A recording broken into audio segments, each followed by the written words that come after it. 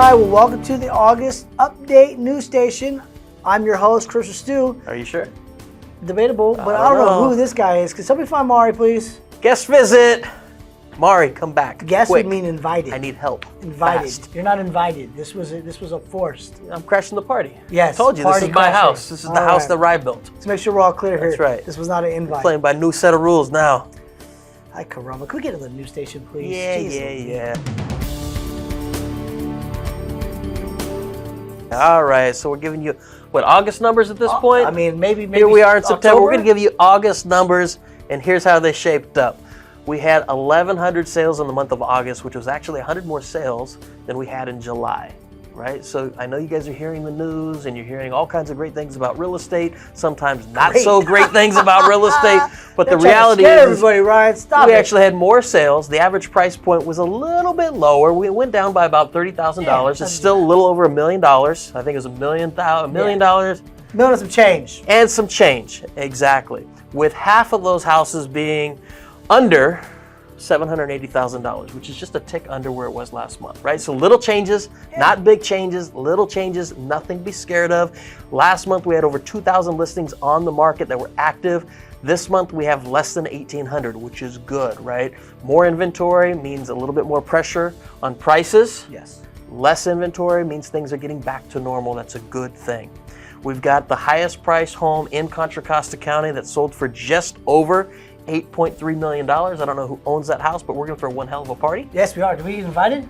We'll send you the invite. Absolutely. Let's figure that one out. Lowest in Contra Costa was a 1-bedroom, 1-bath in Rossmore, and it sold for just under $200,000, I think at $195,000.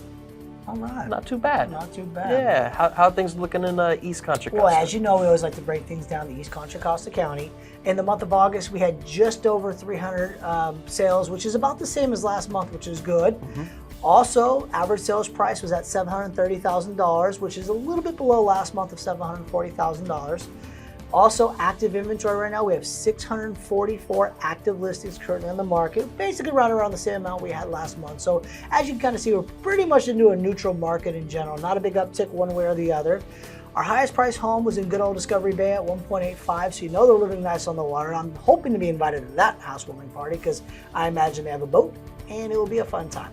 Invitation in the mail. In the mail. Hopefully they get it to us. By the way, 2157 Country Hills Drive, Suite 206, if you want to invite me to that property.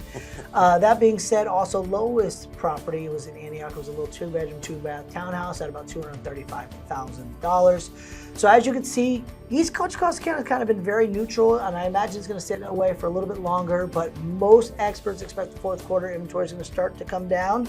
And with inventory coming down, that's going to keep values higher, right? Less inventory long-term means more value. There's less things to get after, right? So good news going into the fourth quarter for homeowners. Values will stay pretty much right where you're at. Now, with that being said, I would also like to say, if you're a buyer and you're on the fence or you're thinking about buying right now, there's probably a nice little 2, 3, maybe a 4-month window of opportunity here. Absolutely. Where the market's still trying to figure some things out. We're still trying to get to balance. So if you're a buyer and you're looking to pull the trigger within the next 3 to 4 months, I think you got a nice little window here. If you have questions, you know who to call. Absolutely. And we'll be here for anything that you need. I'm going to take it back to the studio to Michael Gordon. He's going to give you your lending update. Mikey G.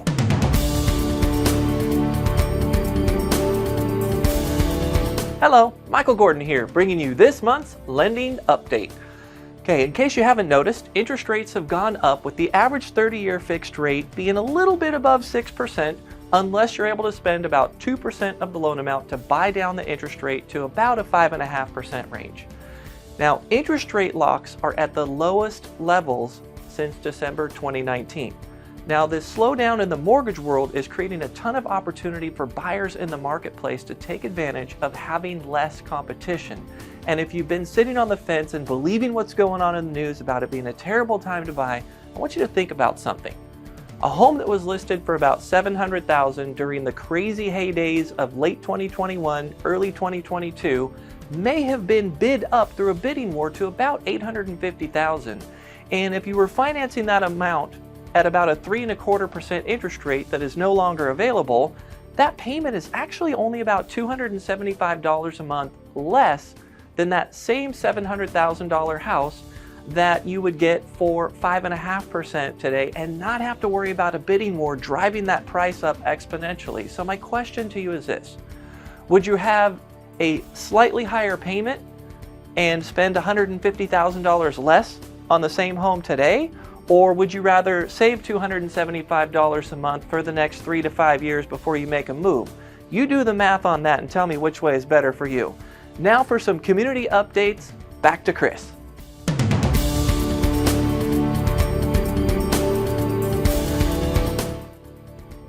Well, thank you for tuning in to our August community update. As you know, we have partnered with Ticket the Dream, which is a nonprofit that helps foster youth nationwide. Just Be Kids. We've done lots of community events over the last couple of years, but to be honest with you, we want to know what you want to see and where you would like to help. Would you like to be helping us out? We're going to events and helping foster kids with school supplies. Coming up here shortly, we're going to be doing a toy drive to make sure we give kids a toy around the holiday season. But anything that you'd like to know more about for the community, maybe it could be a restaurant you want to know more about, or anything that you like, please reach out to us, and we'll be more than happy to make sure our community update is also here to help serve your needs. If you have any questions at all, you want to know more about how we can get involved, please reach out. We'll be here. Thank you for tuning in. Hopefully you enjoyed our August news station. If you have any questions on the future, please reach out. I'll be more than happy to answer any questions you have. Can we do one thing real quick? Can we ask for Mari back?